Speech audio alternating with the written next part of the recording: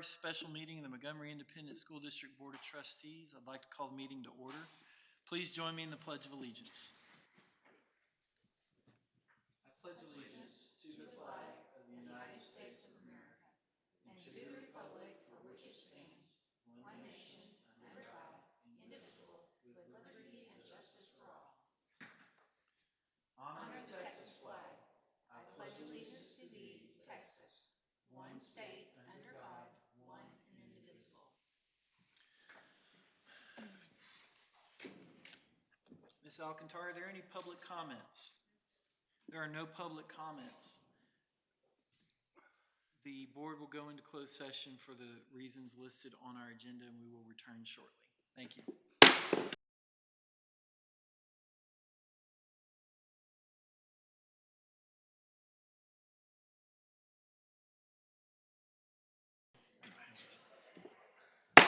Ladies and gentlemen, we are returning from the closed session of our special meeting. There are no action items to take from that special meeting, so I'd like to adjourn that meeting.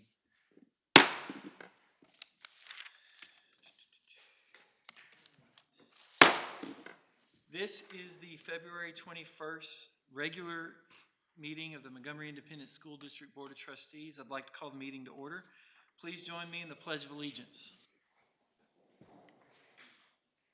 I pledge allegiance to the flag of the United States of America and to the republic for which it stands, one nation, under God, indivisible, with liberty and justice for all. Honor the Texas flag. I pledge allegiance to thee, Texas, one state, under God, one and indivisible.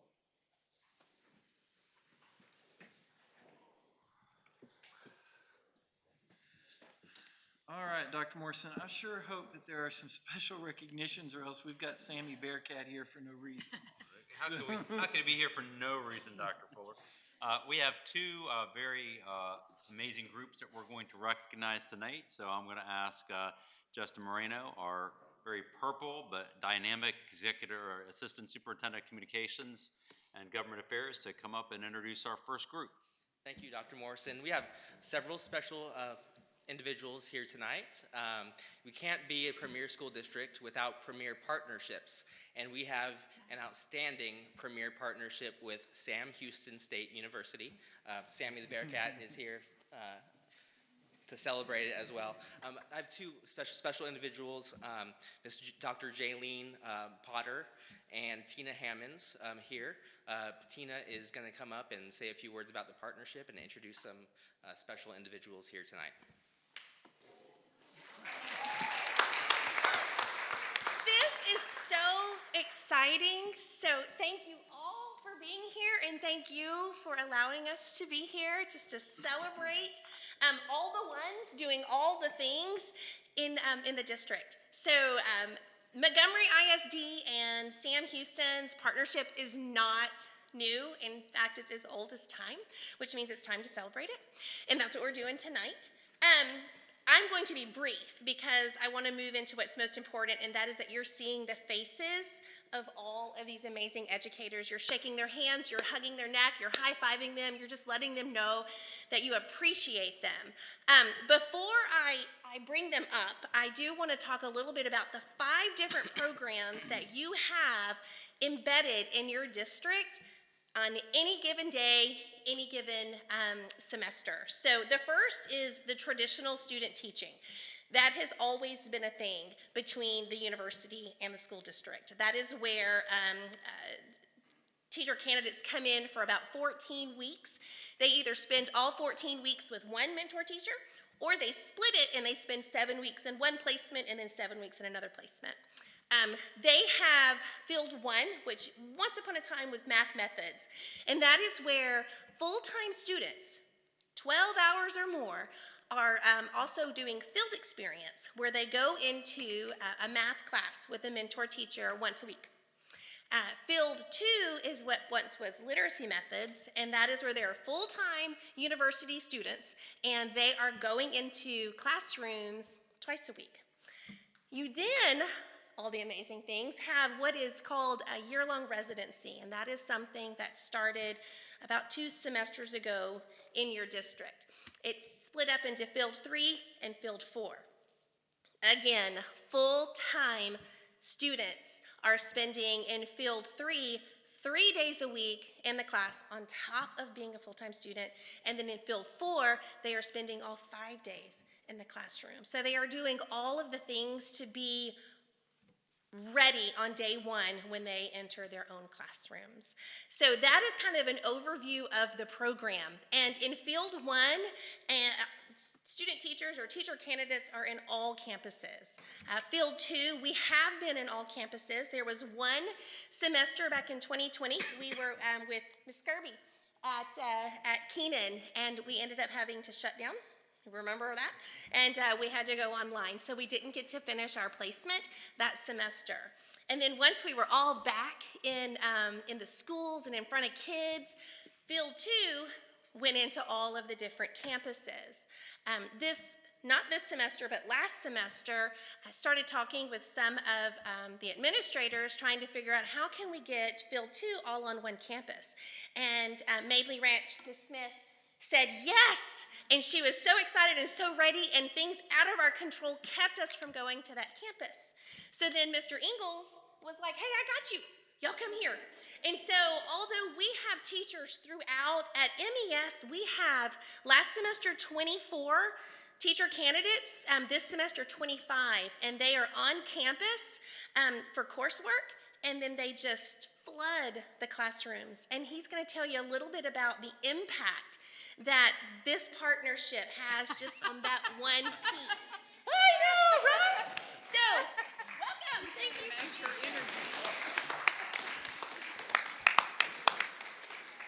I had to match your energy. That's right. I do have to say, being a Montana Grizzly, it's a little hard to have Sam Houston on my campus, but I've lived with it.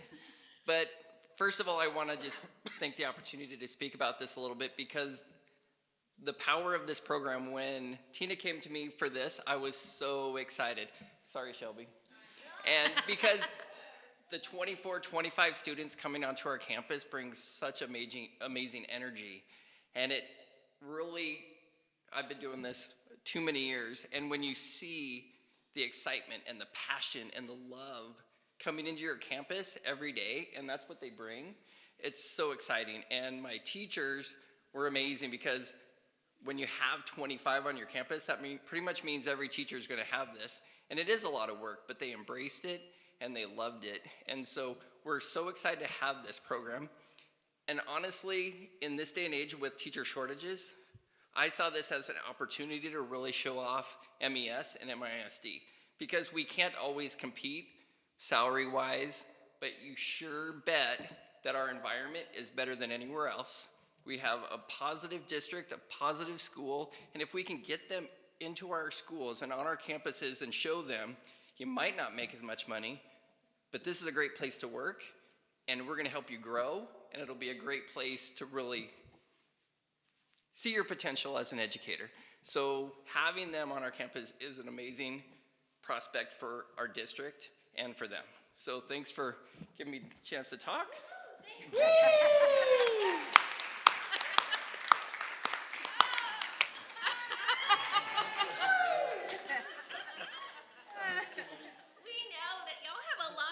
To get to, but I really want you to see their faces up close. I want you to look them in the eye. I want them to introduce themselves to you. I'm not going to say their names. I want them to come to you, shake your hand, high five you, hug you, because they are doing amazing things in the field of education when it's not easy to answer that call, and it's certainly not easy to not decide to hang up. So I have my notes this time because I don't want to miss anybody, but it starts with you, Dr. Morrison, by saying, yes, we can come into your district. So if we could just celebrate the fact that he allows us to be here. And then Sammy, thank you for being here tonight to help us celebrate. If you could just kind of come on up here, because you're going to be doing some hugging and some high-fiving as well. And I don't know, would y'all mind just going ahead and coming on this side so they can see you and say hello And as our student teachers come up and introduce yourselves, if your mentor teacher is here, please make sure you're recognizing them. and then stay up here because we're going to do a couple of 1,000 group pictures. Yeah, that sounds great. So the district opens the door and says, yes, come in, and then the HR department, oh my goodness, they do all of the placement. You wouldn't be where you are if it were not for that department. And y'all are incredible. I am so blessed to know you. So thank you for getting us placed in the right spots. And then our administrators, who, and y'all come on up, administrators, they say, yes, come in to our building, flood us.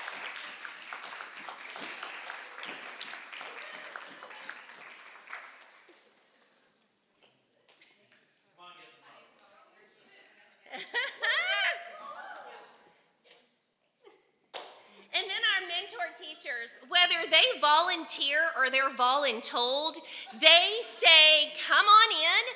They share their wisdom. They share all of their knowledge. And they make it a safe place for our teacher candidates to succeed and to fail. They're there. It's not, oh, I got you. It's, I got you. And they are doing all of the things. And so if you are a mentor teacher, would you please stand and make your way up here? Yes. Would you get them up here?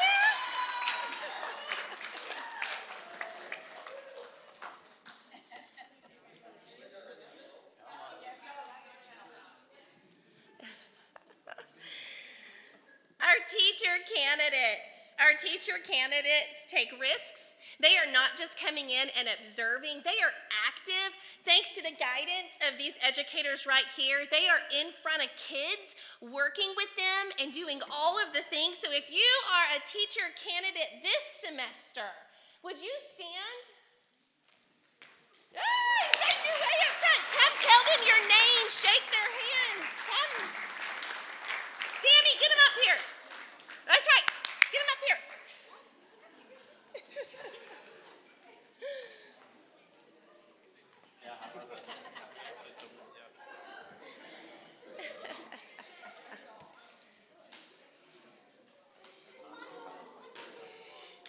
If you were a year-long resident teacher candidate last semester and you graduated and you are here tonight, would you stand up? Woo! And would you make your way to the front? And I just have to say that two of these candidates from last year are currently employees in your district. So, things. All righty, and do we have our year-long resident students already up here for this? Okay, already. You still have a cohort that is going to be graduating the end of this semester. So would you kind of just wave if that's who you are? They need jobs come May. Yes, yes. And then if you are a Sam Houston alumni, would you stand if you're not already up here? If you're up here, would you raise your hand so I can see who you are? Yes. Because of you, we want to be Bearcat teachers. So thank you for paving the way. And Dr. Potter, you're tucked back there. Would you come up here? Give her, she is leading Build One.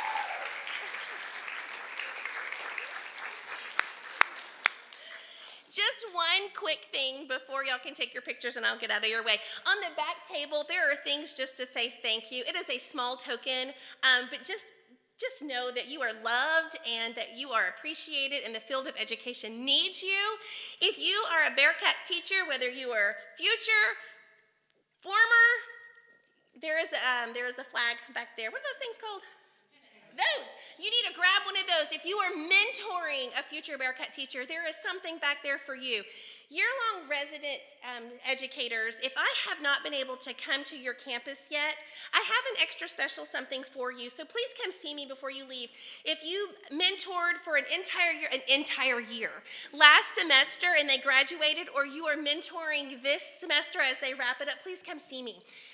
When Bearcat teachers become Bearcat teachers, they earn a little starfish that has a very special meaning.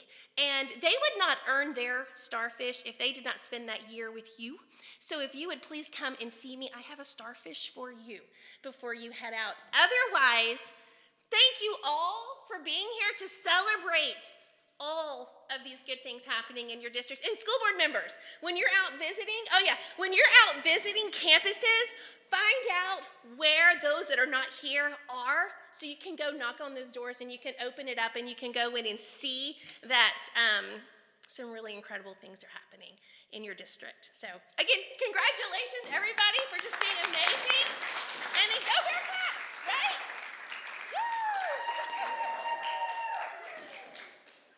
Okay, we need everybody to really squeeze in.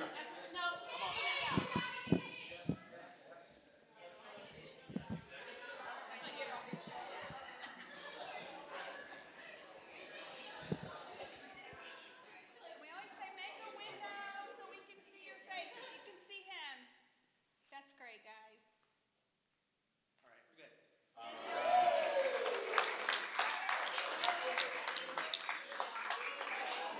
Mentor teacher in your spare time.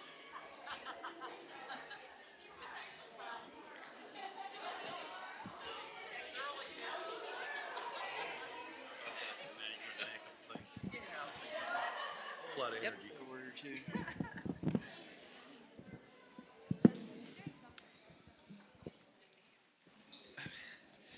Well, I think Ms. Hammonds certainly brought the energy up, and so thank you, Ms. Hammonds, and thank you for all that you do. And to all the teacher ed candidates, thank you for making the choice, for answering the call. It's a profession that you will never regret making this decision. And so thank you from the bottom of our heart. Thank you for all that you've done to make that choice. To our mentor teachers, thank y'all for instilling a little bit of yourselves. It's been said that the best way to achieve immortality is to be an educator. And so the mentor teachers and the future generation of teachers, y'all are going to have that chance. So thank you. Thank you. And Dr. Fuller, I can just say, having gone into a lot of these classrooms, not only am I know that our student teachers are getting a great experience because they're getting exposed to the amazing teachers and administrators we have in Montgomery ISD, but I got to tell you, the caliber of our student teachers is so exciting. It gives you so much hope for the future. And for our student teachers, you know, I get asked a lot of times, what are the qualities that a great teacher has to have? And there's so many, it's hard to list, but I'll tell you two of them. And that is, you have to have passion and a servant's heart. And I think you saw that exemplified by Tina Hammonds tonight, service and passion. So let's give her a big round of applause.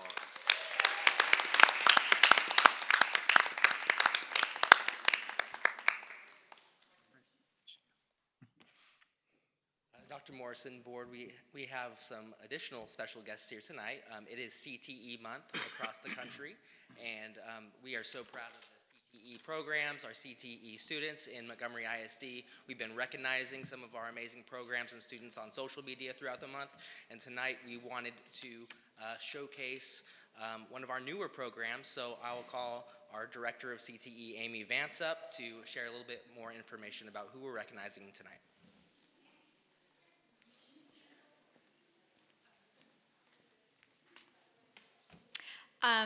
As he said, it's National CTE Month for Career and Technical Education, and we've been recognizing them all month on social media and highlighting a lot of things. The really awesome thing about CTE is a lot of people don't understand or know is our CTSOs, our Career and Technical Student Organizations. And as y'all know, we began the cosmetology program here at Montgomery ISD to lift some of the financial burden that the students had going to another academy. And we've had a really awesome year this year, and we also added a CTSO with that organization called Skills USA. It's been part of our district goals to add more student organizations within CTE, and this is one we're really proud of, where the kids, they get to display the skills they learned in class in competition with other students from other districts. So we're gonna bring up our cosmetology instructor, Miss Kimberly Moyers, and she's gonna talk about some of our students and their recent contest and brag on them a little bit.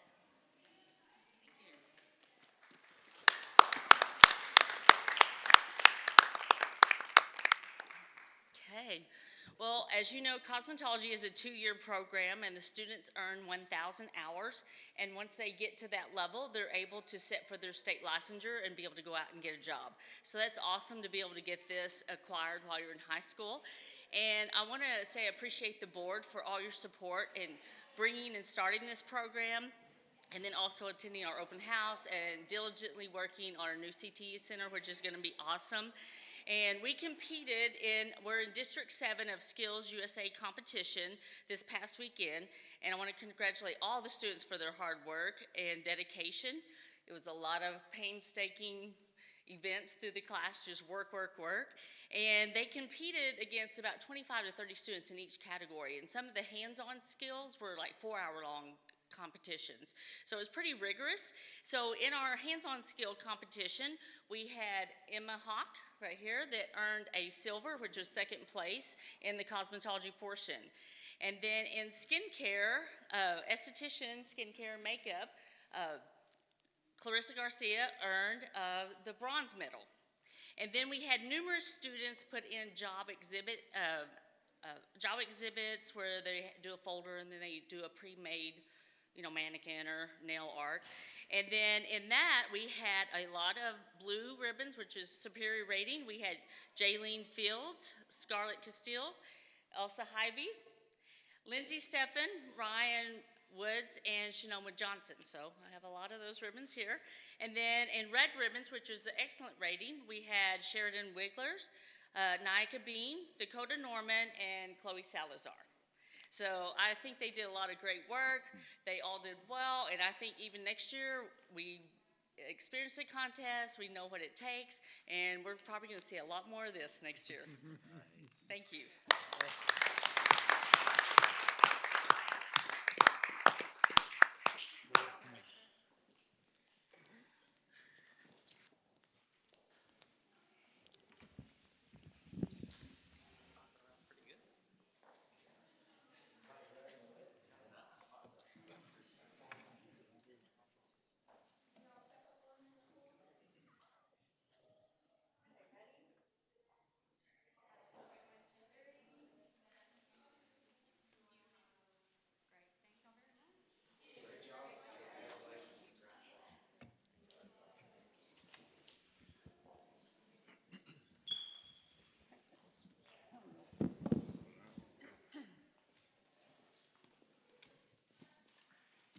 I'd like to make one comment. I want to thank Amy Vance for getting this program started. I know at first it was a struggle, and now we see the outcome of your work. So I want to thank you. So, Mr. Dennison, I'd like to echo that, but I'd like to extend that. A lot of times when people ask, what do board members do? Well, board members serve with a servant's heart, and they put a lot of hours into trying to make our district look better. And as this board was trying to dream big about how we could fulfill the things that we had said we were going to do in our strategic plan around CTE pathways, Mr. Dennison was with us when we were visiting a CTE center, and he started talking about the high cost of CTE programs and especially cosmetology in our students. And we weren't even sure at that point if we were going to have a CTE center, but was there any way that we could accelerate a program in Montgomery ISD? And there's all the reasons why you should say you couldn't do it, but it was such a great request, and we hired a brand new director, Amy Vance, who didn't say how we can't, was how we can. And so started thinking about that, hired a great teacher, and the next thing you know, we're serving a lot of amazing students with more to come. So I'm grateful to Amy's leadership, to Sean's leadership, the leadership of this board, and an extraordinary teacher, and look forward to what's to come. Awesome. Well, that was some great public recognitions tonight, so thank y'all very much for doing that. All right, moving on into our agenda, we do have a registered public comment tonight. So thank you for registering to speak to the board this evening so that everyone has an opportunity to speak. We will limit your comments to 3 minutes. As you can see, there are a number of limited instances in which the board can hear public comments or that we can respond during public comments, and we cannot take any votes or actions based upon public comments. We ask that you please keep your comments respectful and focused on the topic you're registered to speak. And they also recognize that any individual personal mentions of concerns should be addressed through our grievance policies. With that, I'd like to call our first public comment, which is Miss Molly Drude of Montgomery, Texas. The floor is yours, Molly.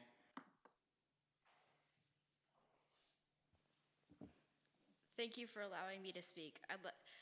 I really appreciate the work of MISD school. The cleanliness, providing help of my accommodations, and the teachers that obviously love teaching, and I really do appreciate the teachers' effort. But some things that my school provides is unnecessary or biased. On Thursday, I was called to the counselor's office about something uncomfortable and should have not been an issue at school. I was told to not tell people I was gay and to lie if asked. The counselor also told another student and their guardian that the student was a victim of mine and I was victimizing several students. That is a lie. They seem to care so much about my personal life, but they ignore the countless actual things that happen on school grounds. The school counselor is no longer a safe place for me or other students. Please consider rethinking how you handle further claims against students that are unfounded. And it's not a counselor's job or place to tell a child to hide anything about themselves. That's also dangerous considering the rate of teens that kill themselves every year. MISD is supposed to be a discrimination-free place, especially from adults and authority. Thank you for your time and attention on this matter. Thank you, Ms. Drude. All right, folks, we will move on now to consent agenda. Board members, is there a board member who wishes to pull an item from the consent agenda? Hearing none, is there a motion to approve the consent agenda? I'll make a motion to approve the consent agenda. Thank you, Ms. Porton. Is there a second? I'll second. Thank you, Ms. Turner. All those in favor? Aye. Opposed and abstained. The consent agenda carries as presented. Next up, folks, we are into action item 6A, consider approval of the 23-24 academic calendar as presented.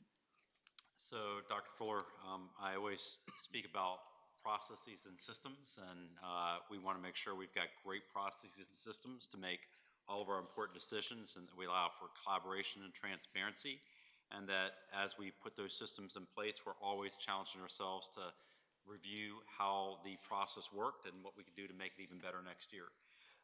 When Mr. Moreno got the wonderful responsibility of leading our calendar development for each year, we really did not have a great process in place, and I think I shared that 2 years ago. But I'm really proud of the processes we put into place, the amount of collaboration and input that we've sought, and actually excited tonight to bring you the calendar recommendation for 2023-2024 that you will be presented tonight. And you know it's a big event when Justin is breaking out the purple suit. So without further ado, Mr. Moreno. Thank you, Dr. Morrison. I'm a little disappointed. I thought everybody was here for this presentation, but apparently not. Apparently not. So we're excited to present next year's academic calendar. As Dr. Morrison mentioned, that we do have a very thorough process that is not just a one-time event where we sit around and decide this is going to be our calendar. We take several months and take a lot of input during our process to build an academic calendar that best meets the needs of our students, families, and our staff. So I'll talk a little bit about that process. Our calendar process starts each year in September at the start of the school year. So we're starting a school year and we're already talking about what's going to happen for the next school year. And this process is really driven through our district advisory committee, which is comprised of 40 individuals who are parents, staff members, district level staff members, teachers, paraprofessionals, auxiliary staff members. It's really a comprehensive and diverse group of individuals that are representative of the entire district. And when we're developing the calendar, there's several considerations that we have to take into account. There are the requirements that are set by the state of Texas. We have to have a minimum of 75,600 instructional minutes, so classroom time with students each year. And by state law, our teachers are required to have 187 days in their contract. So we take those requirements as a starting point, and then we look at, through our input, the preferred characteristics that our families have, our staff members have, as it relates to holidays, time, professional development, planning time for teachers, and we try to find that right balance. But if we're not meeting the requirements set by the state, it's sort of like a big game of Jenga. You pull one out, and the whole pyramid falls down. So really, that's why we take a very thorough and comprehensive process as we develop the calendar each year. So, as I mentioned, this process starts in September. We start with the District Advisory Committee, and we review the current calendar, and we discuss what are some things that we really like about the current calendar, what are some areas that we'd like to consider changing for next year. Maybe everything in the calendar is what we like. Maybe we need to take a look at what some other districts are doing. So we kind of start from a 10,000 foot view and really try to then hone in on the details of the calendar. One part of the process that we implemented last year for this year's calendar was a district-wide survey that was sent out to all parents, staff members, and secondary students that asked them, what are some characteristics of the calendar that you prefer? Start date, end date, length of winter break, spring break, Thanksgiving break, all the holidays, professional development considerations that we look for in the calendar each year. So we conducted that survey in October, and then in October, we shared all that data with the District Advisory Committee. We posted the data on the website under transparency. And then we started to develop drafts based on the survey data to present to DAC, which in December, we presented the District Advisory Committee with 4 possible calendar options. They then reviewed those options, said, okay, we'll go out to our respective parent groups, our colleagues on our campuses and departments, and then we'll gather feedback. And then in January, based on that feedback, we held a DAC vote, which I will share the results with you on a recommended calendar for next year. The survey that we administered in October, we had over 2,500 respondents, which was an increase from the previous year. 1,600 of those were parents. We had nearly 400 students and 583 staff. Some of the data collected in the calendar, we asked, do you like the current calendar? So asking this current calendar, we asked, do you like the current school calendar? 66% of the respondents indicated that they do. Then we asked preference on first day of school. Really, our community indicates a strong preference for starting either a Wednesday or a Thursday, so we took that information and built it into possible drafts. Starting the school year in August and ending before Memorial Day, you have to find that balance of time and days. So our community's preference is to finish before Memorial Day. So it makes it, the start date makes it a little bit challenging because when we count the minutes and days, there's only so many options when we factor in the preference to end before Memorial Day. Full Thanksgiving week was strongly preferred. Our community really wants us to take a look at what other districts and colleges are doing for spring break to try to match that up. And then finally, winter break. This year we started our winter break a little bit closer to the Christmas holiday, and we had that full week of January before students and staff came back. In the calendar survey, 57% indicated that they preferred that option. That survey was taken before the winter break. We think if we conducted that survey after the winter break, it would have been much higher than 57% based on the feedback that we got when we returned from winter break from not only parents, but also students and staff members. So we also asked for open-ended responses in this year's survey. That's not something we did the previous year, but as a process improvement, we asked folks to give some open-ended responses. We learned that the mini fall break, those additional days in October that we put into this year's calendar were very well received, and it was strongly preferred that those days remain. We have delayed start dates for a combination of professional development and teacher planning time this year. That was challenging for families, and also we got feedback from teachers at the secondary level that they would prefer a full day for PD rather than having those delayed start days throughout the school year. So as part of the process, the DAC did rank their 4 calendar options, which calendar A, which we named later winter break, was the preferred option. Calendar C, which was a Monday, August 14th start date, was the second most preferred, and calendar B, which was Wednesday, the 16th start, was the third most preferred, and calendar A, early winter break, was the least most preferred. So in the January DAC meeting, we had a vote of the DAC, and they voted to recommend calendar A, late winter break, 30-2, so it was pretty overwhelming consensus on this calendar to be the recommendation for you tonight. This option reflects all of the items surveyed in October are reflected in this calendar we're presenting tonight. So key points, there will be 173 days of student instruction. Teachers would start their contracts on August 1st. The first day of school would be Thursday, August 10th. We would finish before Memorial Days, both students and staff. We do have the fall break that was put into the calendar for this year, as well as the same winter break structure. Elementary and secondary have the same identical schedule in this year's calendar because of the secondary release times. There are additional days at the secondary level.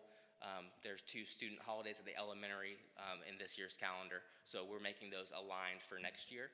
And then there's intentional days provided for planning, PD, at the campus and district level throughout the year. One change in this year or next year's proposed calendar is a change to the grading period. Currently, secondary operates on a 6-week grading period, with elementary campuses operating on 9. We're proposing that all campuses move to a 9-week grading period, and this brings consistency to grade reporting across the district and allows us to provide more intentional, timely, quarterly professional development and planning time for all teachers in the district. So our recommendation is calendar A, late winter break, and we're also recommending a modification to the current calendar with minutes we have banked to add a student holiday on Monday, March 20th, following the spring break. So it would be a student holiday. Staff would still report to work for a work/planning day. And that's something that we are able to accomplish with minutes we have banked in the current calendar. So that is actually action item 6B as well as action item 6A, which is the calendar. Again, just a comment on the recommendation for the change to this year's calendar. As you know, we have a certain amount of instructional minutes we have to ensure to the state. What we don't know every year variable is how much inclement weather we're going to have. Every year since I've been here, we've had tornadoes, we've had winter freezes, we've had all sorts of issues which have caused us to miss some time this year. We actually haven't had any inclement weather days, and so we're looking at that opportunity. As you know, our teachers, we want to make sure that they have a quality spring break where they're not having to worry about the upcoming week and planning lessons and grading papers. A lot of our parents wish that somehow we could fit a little bit more time into spring break, so we were able to do this last year, and we said that if the opportunity avail itself this year, that we would bring that recommendation to the board. So that's why we're bringing that to the board this evening, as well as to vote on the proposed academic calendar for 2023-2024. All right, gang, let's handle 6B in a second, if y'all don't mind. Are there questions on 6A, the academic calendar in general for 23-24? I just want to say, I thought this year's was fantastic, and as I was looking over this next one that's being recommended, I was like, wow, I think they even got better. Thank you so much for getting all the input from the community and staff. So on March 8th of the recommended calendar, it says it's a student holiday, which would, for the next year, and it would be for the staff campus PD. So that actually, for students, makes their spring break next year longer in advance. Spring break for Right? students, For students. they get that extra Friday, so they get a long weekend on the front end, yes. And that's Also, what, I'm sorry. looking at April 1st, same thing, it kind of extends that, that would probably be the Easter. Yes, so Weekend. April 1st is the Monday after Easter, next for 24. So if, on the calendar, we try to build in those intentional PD days throughout the year. Right. And we identified those as the best days for that time. Right.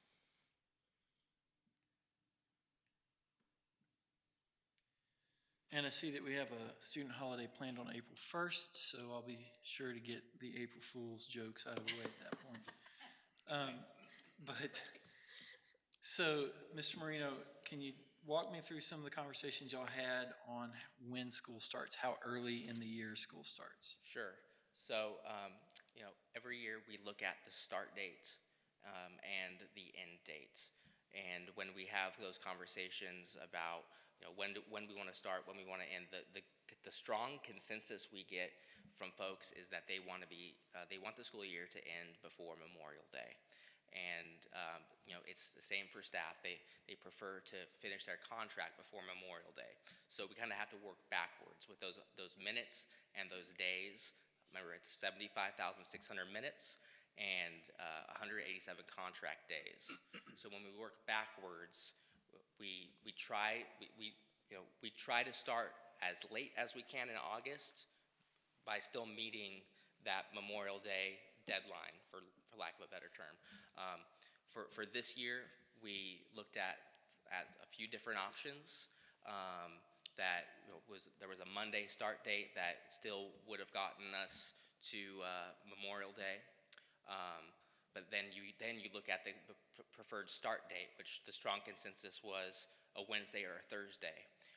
So based on all those options, getting feedback, the Thursday was more preferable to start, and that would still accomplish the goal of getting done before Memorial Day. Well, I fall firmly with Ms. Turner over here that, I really liked the calendar improvements last year. I think this one is a step forward even further.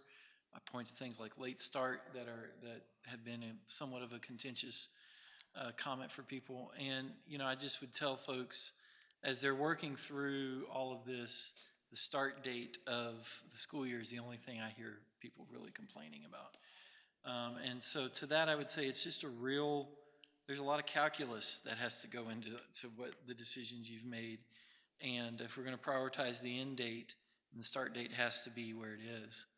And so I just want to thank you for getting feedback on that. And I hope that as we communicate this out, the community will understand that.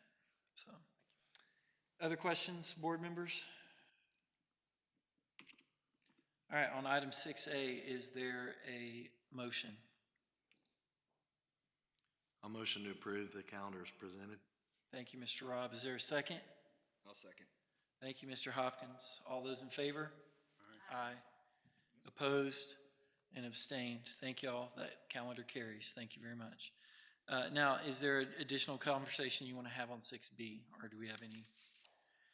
Board members, do you have any questions on action item 6B, which is the addition of an additional day this semester?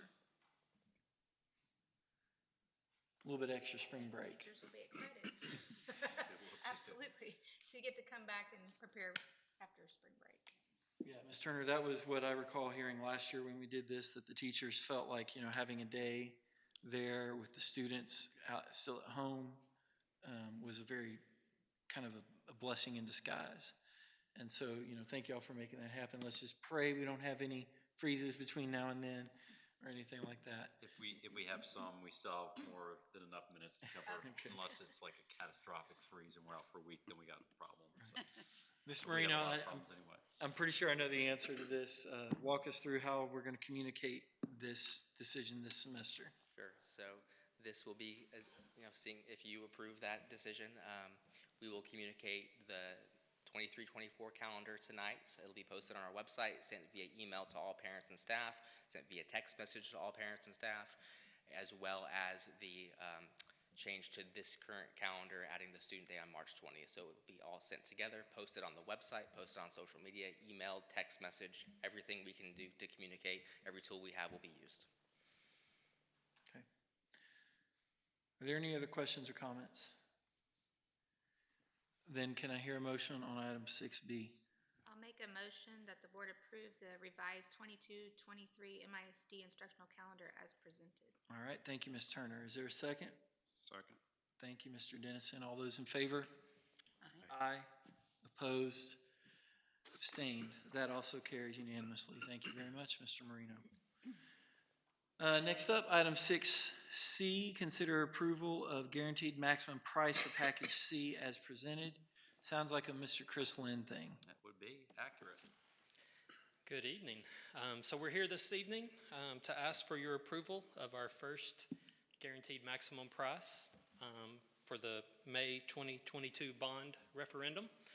So remember, package C are the renovations to Montgomery Junior High, Lincoln Elementary School, and Montgomery Elementary School. So we'll start by just doing a quick overview.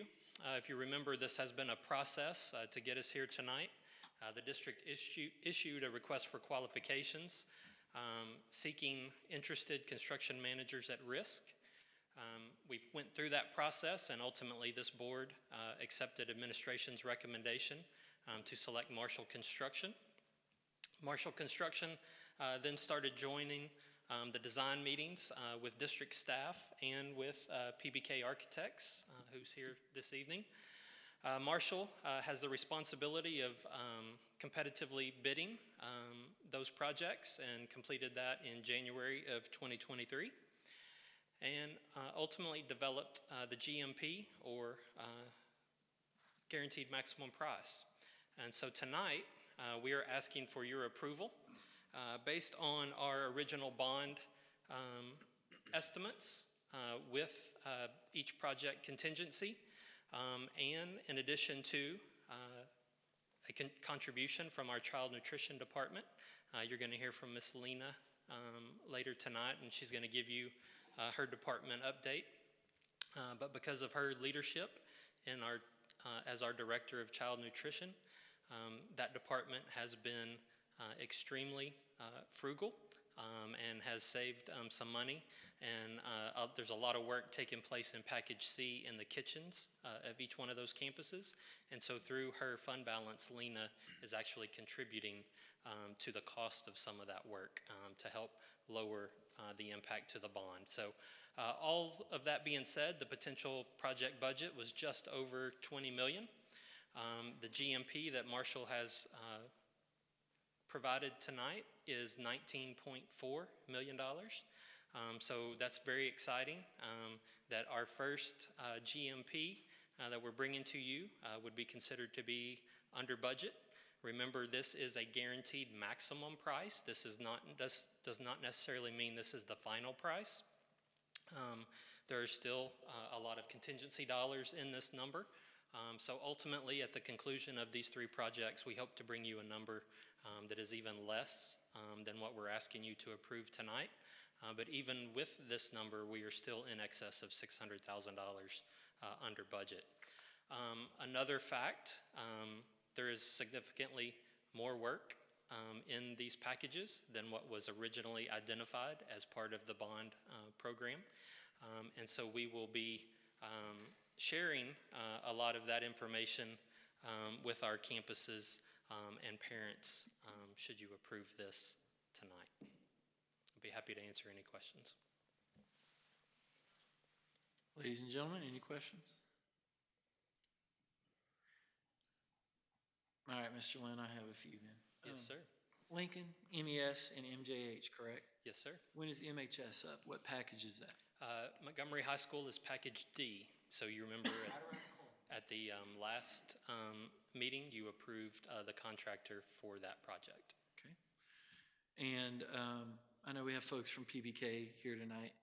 And, you know, as we're reading through the GMP, it's long, it's pretty detailed, but it's very clear. So thank y'all for making it very clear for us to understand what's going into that. Chris, would you mind walking the public through a little bit about how is Lincoln going to look? How's MES going to look? How's MJH going to look a little different? What does this include? So when we started the design process for each one of the campuses, like I said, PBK, Cody's here tonight. I want to thank him and all of the staff at PBK. Being the first project out of the box, you know, we have to learn each other. We have to build those relationships, and this is the first PBK project with Montgomery ISD. So, but we started having those design conversations primarily with the principal of each campus, and we started those conversations by saying, here were the items that were identified during the bond, but what else gives you concern or causes you problems on your campus on a daily basis? And so at Lincoln Elementary School, the first thing we heard was front parking and the fact that the students had to cross the driveway to actually get to their playground. So working with PBK and our design team, we have actually developed a new front drive for Lincoln Elementary that will actually, there's enough concrete there that equals the amount of paving where, you know, they had to wrap around the school and they got picked up in the back. Now they still have an option to be picked up in the back, but the front driveway and parking area will hold almost all of the cars necessary that that side road would. That also allowed us to move their playground. So now the students do not have to cross the driveway to get to their playground. So we'll be providing new playgrounds for Lincoln Elementary School. In addition, in each one of the buildings, remember, we're going to be doing upgrades. So, for example, the lighting fixtures that you see here in this boardroom tonight, every single classroom, every single office that has one of these types of light fixtures in all three campuses will be replaced with LED lights, so they'll be more energy efficient, produce a brighter light, a better environment for our staff and students. Also, a part of this work is preparing those campuses for the technology upgrades and infrastructure. So we'll be replacing things like their PA systems with front row. We'll be putting in, our technology department will be working to put in new panels, TV panels in each one of the classrooms. And so this is really going to transform each one of those campuses. Specifically at Montgomery Elementary School, when we talked to Mr. Ingalls, as you could see, he was pretty excited tonight. One of the things was, he said, I have a lot of pride in this school. I would like to do something to the front of it that helps people know where the front door of the school is and helps bring attention to the front of the campus, as well as create a more secure environment for our visitors and our staff. And so we've completely redesigned the front entry of Montgomery Elementary. It will have a new face on it. It will also have a new secure vestibule that allows people to walk directly up to the front door and not have to guess which door they need to go into. And then we are going to be incorporating a lot of color throughout the campus. So the campus was great. They did a lot of renovations in the last bond, but you kind of walk through and everything's kind of tan. And so we really want to put splashes of color and school pride. So you'll see some Bearcat paws, you'll see some red, you'll see some wood in some of the ceilings to draw some attention and excitement. We will also be doing a renovation of the library and providing new library shelving, new finishes in there. So it's really going to look really nice. At Montgomery Junior High, when we spoke to Ms. Chapman, one of her main focuses was the library and creating a more modern space where kids feel comfortable in going. And so we've spent a lot of time working with her, and we're going to be removing one of the walls from the library and replacing it with a glass, kind of a glass storefront, so that you can actually see into the library from the cafeteria and from the hallway. We'll be relocating the entrance to the library. Also, we will be creating an outdoor space that is secure, but that you access from the library, so kids can go outside and sit and read a book or hang out whenever they have some free time or in the library.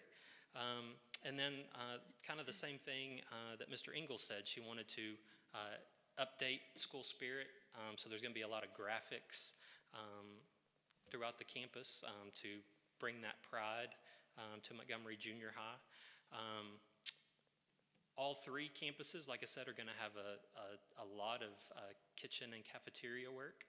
So at Montgomery Junior High, you may not have noticed, but beside the serving lines, there's some glass block, and also up at the top of the ceiling, there's some glass block. Makes it look kind of old, and so we're going to be removing that and making it look real modern. The entire kitchen is basically going to be gutted and made to kind of feel like Oak Hills in that same kind of layout. So there's a lot of work that's going to be happening at all three of those campuses, and so our community should feel really proud whenever we get done. Yeah, and Mr. Lynn, the only way I would change that last statement is it's a lot of work to some of our more aged, older buildings, right? And so I think I'm excited for those buildings. I'm excited for those campuses to kind of get a facelift, so to speak. So our commitment was to make sure that all of our facilities meet our standard, and so we chose those three intentionally to start on that journey while we were designing our new facilities as well. And our GMP is under budget, so that's a good Yes, sir. thing. Mr. Dennison, did you have a question? Do we have any sketches of like the elevation and stuff to share yet? We do. I just did not want to get ahead of the board, and so I never want to take that liberty. And so once y'all approve the GMP, then that will be part of our communication moving forward, or some renderings and starting to communicate the improvements and what they'll actually look like. And then when do we hope these projects will be finished by? So it's going to be done in phases. Remember, we came to you a few months ago and asked for an early package, approval for an early package, because some of the HVAC equipment, remember, had long lead time items. So obviously some of that work will not be completed by the end of summer. So some of that may carry on until probably November-ish. But the majority of the interior renovation work, we are hopeful to get done over the summer. The only exception probably is going to be the front entry at Montgomery Elementary, because it's such a major scope of work. We don't know that, well, we know we can't get that work done in a 2-month time period. We are going to try and get some of the submittals and some of the pre-work done before school gets out, and if we can accomplish that, then we will start on that demolition and remodel before the school year ends. If those things don't come to fruition, then ultimately that front entry may not be ready by the start of school, and it may be September or October before that front entry is ready. We're going to do everything we can to try and get it completed by the end of summer. but I can't stand here tonight and promise that we can accomplish that at this point. So we still have a lot of work to do, but we are very excited about where we're at right now. Other questions? All right, then do I have a motion on action item 6C, the GMP? I'll make a motion to approve the guaranteed maximum price for package C as presented. All right, thank you, Mr. Hopkins. Is there a second? Second. Thank you, Mr. Dennison. All those in favor? Aye. Opposed and abstained. That motion carries. Thank you very much. But wait, there's more of Chris Lynn, I bet. Item 6D. There is more. So item 6D, we're asking for your approval for the issuance of our second round of bonds.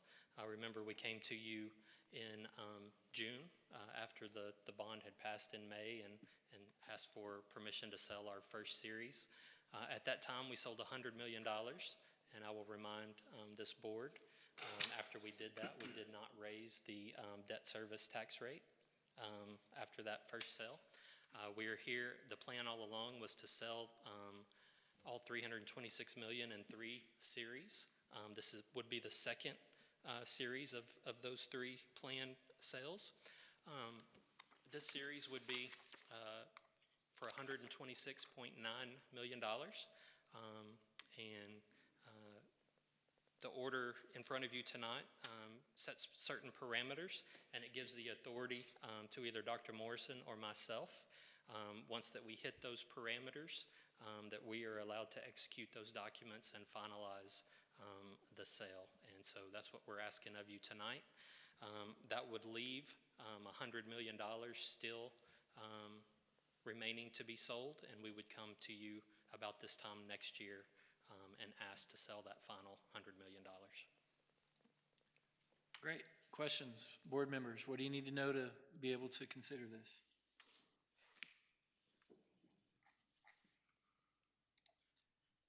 I'll make an observation, Chris. Immediately right after the bond passed, the voters' approval, you came to the board, you asked for the first tranche, if you will, of sale. And now you're coming back and we're asking for the next one. It's been a very well planned out bond. I'm very impressed with the thoughtfulness that has gone into that, and I just wanted to articulate that. Thank you very much. So, questions, anyone? Then, is there a motion on item 6D? I'll make a motion to approve 6D as presented and selling the $126.9 million in bonds. All right, thank you, Mr. Robb. Is there a second? I'll make the second. Thank you, Ms. Porton. All those in favor? Aye. Opposed? Abstained? That carries unanimously. Thank you. Thank you, Mr. Lynn. All right, ladies and gentlemen, we are into information items. One of my departments that's near and dear to my heart because they provide us with food is Miss Lena Nujabauer, the Child Nutrition Update. As she's making her way up to the podium, I just want to acknowledge my appreciation for her leadership. Usually as a superintendent in previous districts, we're usually coming to the board figuring out how we're going to manage the overage in child nutrition services. Tonight, you'll actually be hearing about the fact that we're not having to supplement her budget, but actually her great management of her budget is allowing us to do some amazing things for our school kitchens. And again, you usually rarely hear about the quality of the food from parents and students, but our surveys show it, our kids talk about it. Just great things happening under Lena's leadership. And I've not yet had the orange chicken, but everybody says if you haven't had it, it's like a life-changing experience. So I would suggest at some point board members this year get there, because I think Justin had 3 helpings the last time I was at a school visiting with him. So I've had it, and I believe y'all have actually introduced spicy orange chicken most recently, and it's something good. all right, that's what I hear. Thank you guys for allowing me to come to talk about the department tonight. I know it's getting late, so I won't spend a lot of time, but these pictures that you see here today, the first one is one at Lake Creek High School. Of course, he is just as cute as he can be. I said, can I have your picture? Because I noticed all of the color, everything that was on it. And then I also noticed that he grabbed his apple, which you don't see this, but we keep baskets of apples at the secondary schools. And he has his backpack, and so he slips it in his backpack. And so he will use that as a snack later on, and maybe before practice or whatever he's going to do in the afternoon. So it's really nice to see those kids grab those things as they're coming through. And then the second picture, he didn't have his teeth, so I had to take his picture. He was just as cute as he could be. And then, of course, that's just a display of some of the things that we had. We had some ruby red pears, and so that just added a little color for Valentine's Day. So that was just a little extra that we had. Do I go right? One of the things that we have been able to do this year, and that is adding in the menu boards, and I know that doesn't really do it justice, that picture of it, but the menu boards are now at all of our campuses and at all of our serving lines.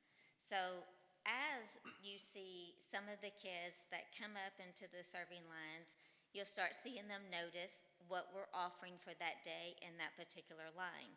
Now, this happens to be a secondary meal viewer or serving line picture of what you see on what's going to be offered for the day.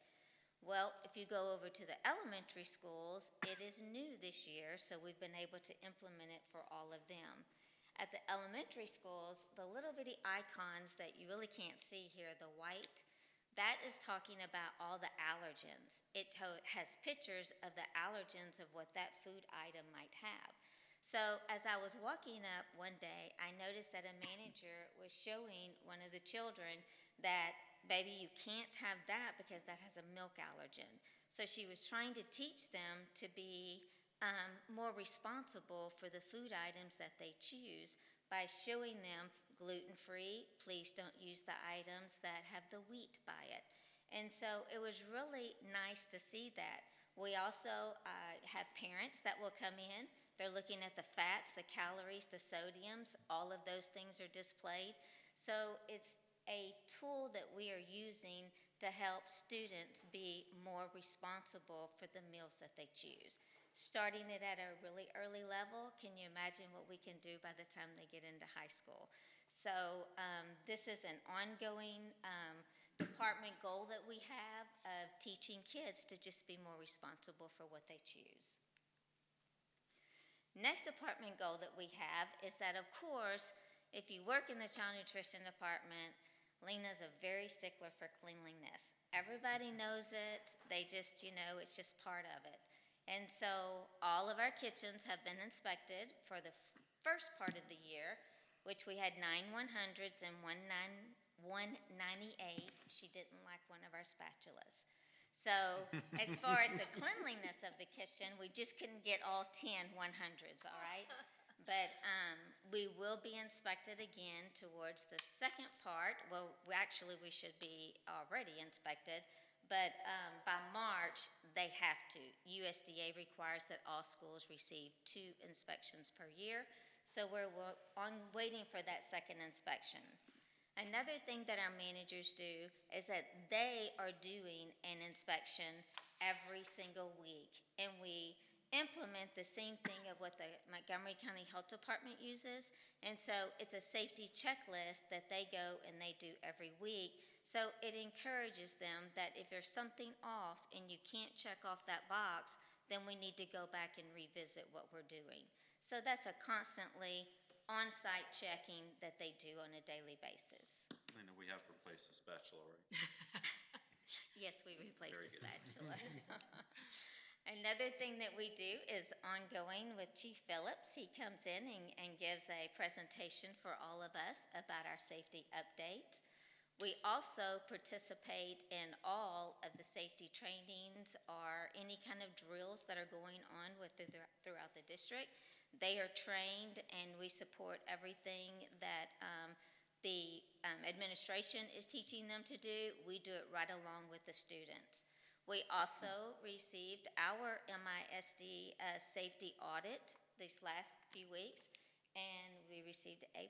So I was very proud of that also. One of the things that we want to do is that we want to make sure that we are always planning our budget so we are never a burden to the school district. So we take great time planning our meals, labor cost, everything that is involved in running our department. We had a managers meeting today, and we talked about, I can remember when the budget was like $500,000-600,000, and this year we turned in one a little over $5 million. And so things have changed over the last 25 years. So it's great to see all of the improvements and the growth. We also want to increase meal participation because that's what drives our department. And so there are a lot of things that we're getting ready to do for National School Breakfast Week, and that's coming up March the 6th through the 10th, and we are planning different kinds of giveaways and things for the kids just to come in and try breakfast, and hopefully it will be part of their daily routine. This year, don't look really hard at it. It's not really a fair comparison because 21-22, all students ate for free, and 22-23, not so much, okay? So, I mean, you would really have to go back to 2018-19 to get apples to apples because every single year, there's always been something different. As I said last year, breakfast has never been a high participation for Montgomery ISD. Lunches, as you can see, that they have much improved, but still not at the 80% of when everyone is eating for free. But if you were to add in, now this is only reimbursable meals of what the state considers a 3-component reimbursable meal, which must be a fruit or a vegetable included in those components. If you were to calculate in all of the a la carte or the things that maybe your secondary kid will not choose a reimbursable meal, he only wants the pizza, and that's it, okay? All of those are not included in there, so you add those in with the same participation rate, you add another 15 to 18% of that. This is only for reimbursable, but there's still a lot of other items that are sold that are not getting a complete meal. And Lena, again, just for the board and for our viewing public, but the dollars that Lena referenced in terms of meals being for free the last several years have been through federal funding that they chose not to continue.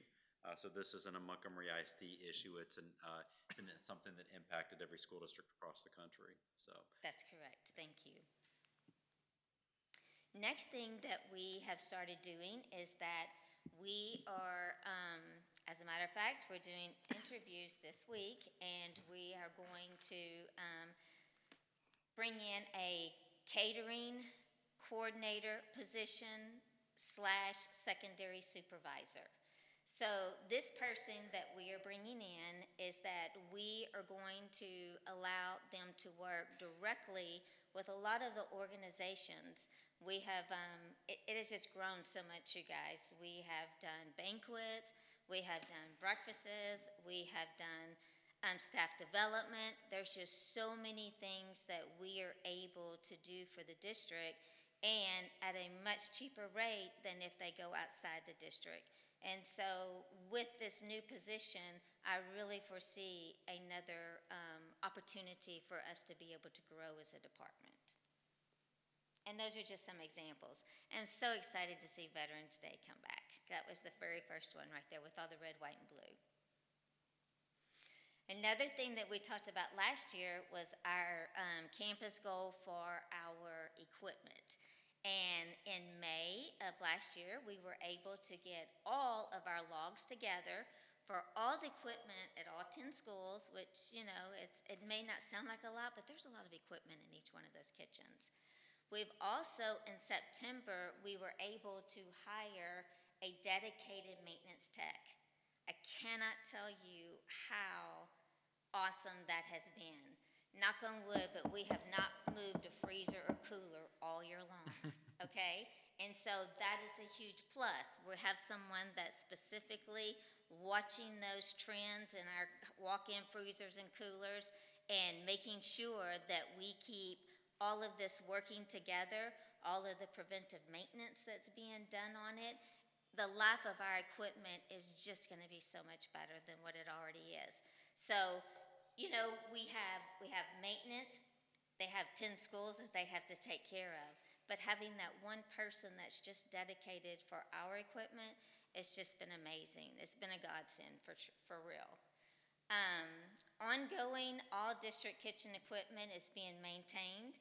He is helping us keep up. He, as far as making sure, like if there's any warranty, he's keeping all of that with us. We're keeping all of that logged.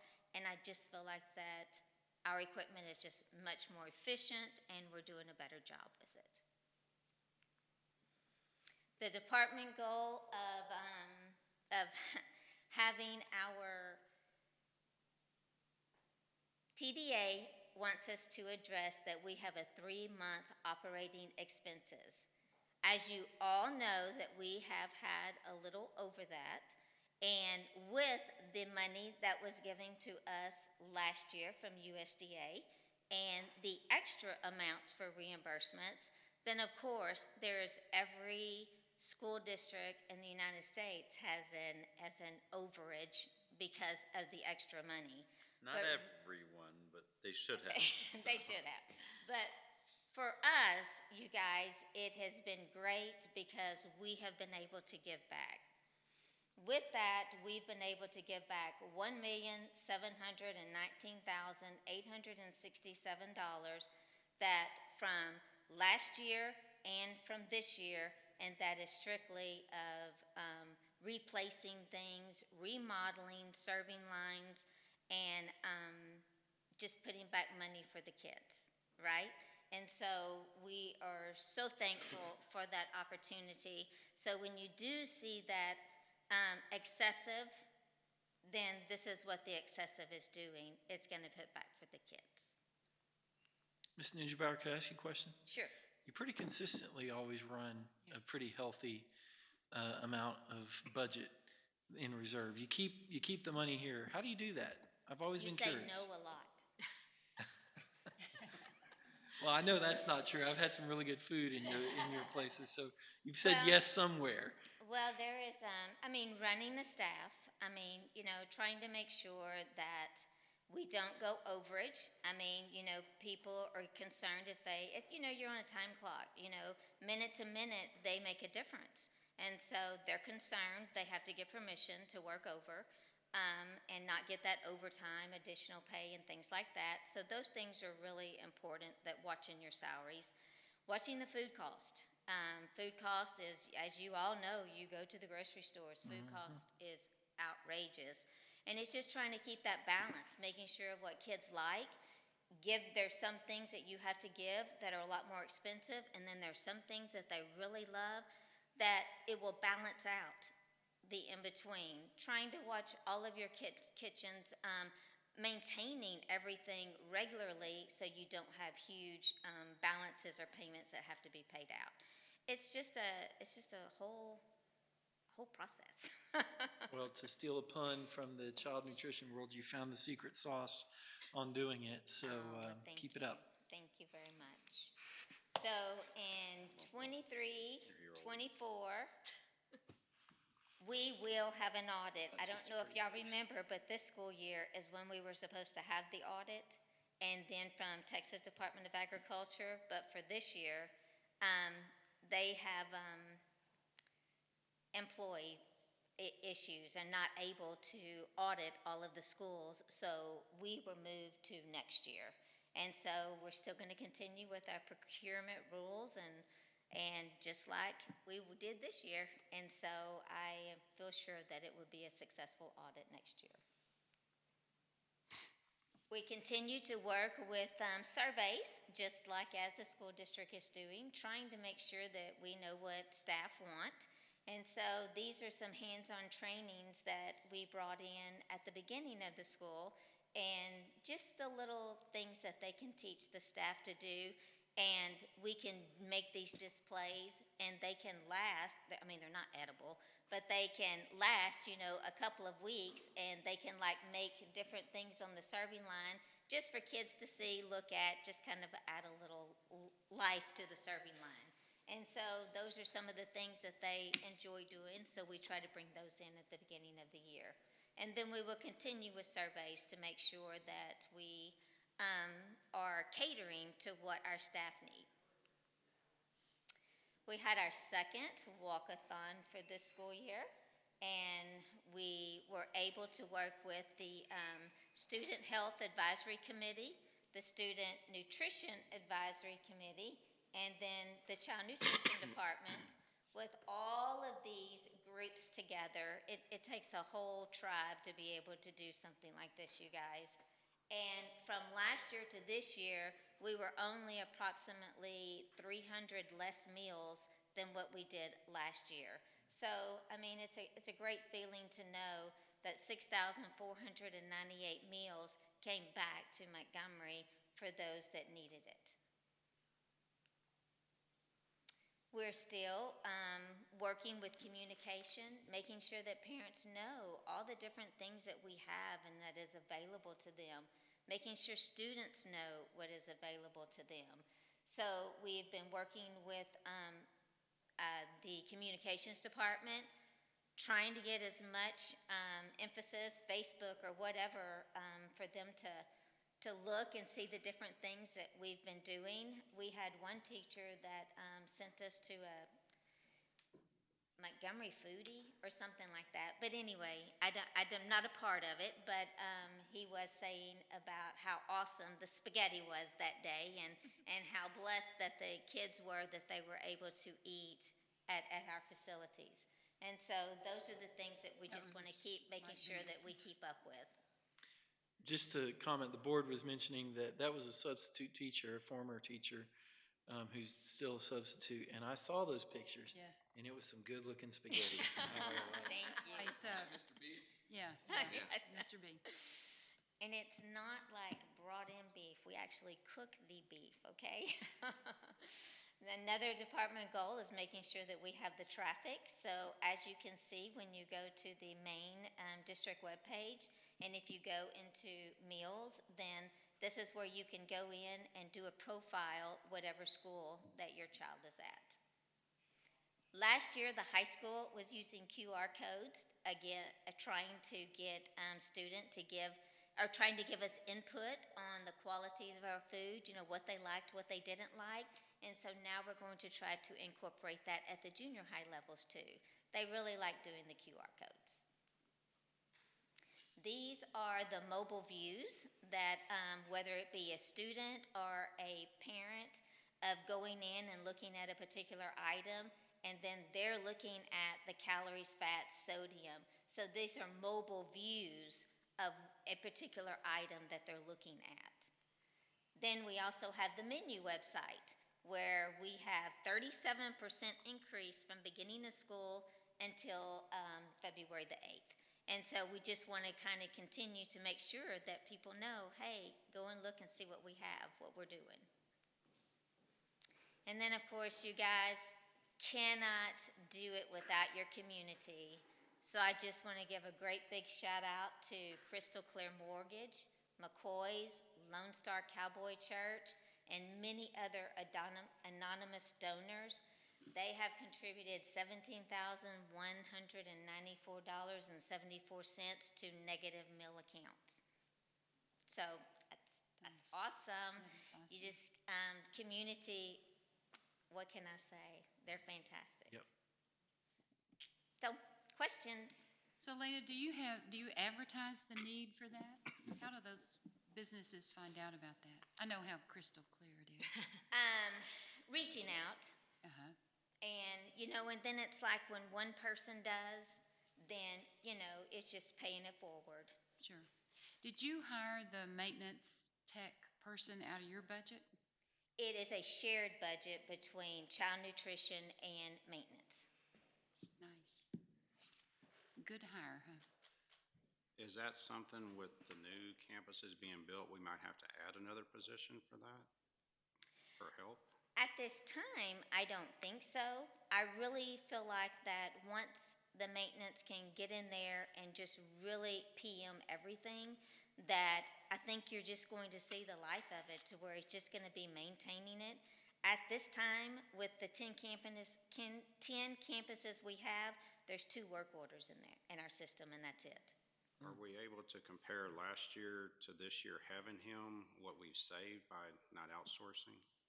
Oh, yes, sir. Thousands. Okay. I know probably with Coolers Inc., we've probably spent close to $50,000 last year. And response times are immediately, so. Yes.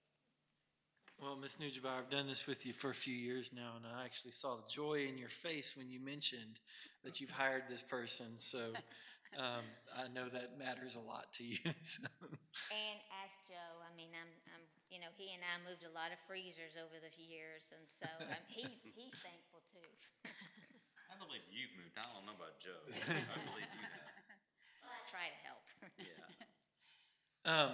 On the catering element, Ms. Nujabauer, can you tell us what the parameters around that are? Is like general community can call you up and say, hey, we've got a catering need, or is this just student orgs? Is it the schools? It can only be through the district. Okay. So for like football banquets, something Yes. like that? Yeah, that's super. Yeah. As a matter of fact, we're doing one Friday for soccer. Doing a dinner.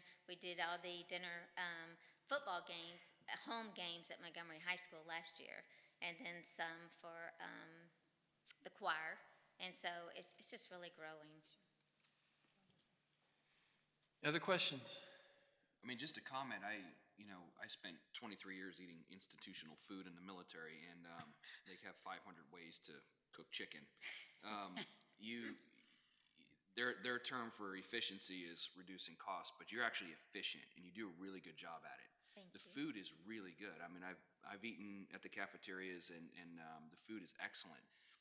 You and your staff, the way that you've been able to put the menus together, the variety of food, but also I know you've got overlap in food to be able to make it go longer. But the menu boards, the communication. I mean, now we've got web.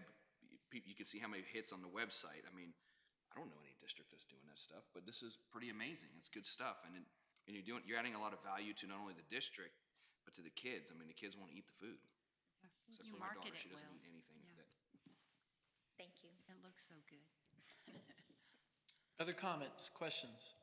I think you're doing a great job. Great job. Thank you.